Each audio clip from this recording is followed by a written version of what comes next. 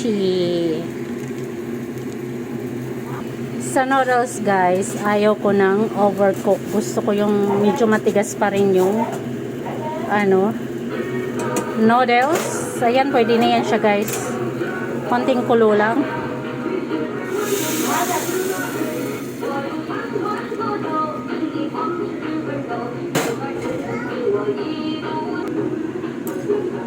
Ayan, ito yung ating dinner. Yan, noodles ang ating dinner at saka ito oh.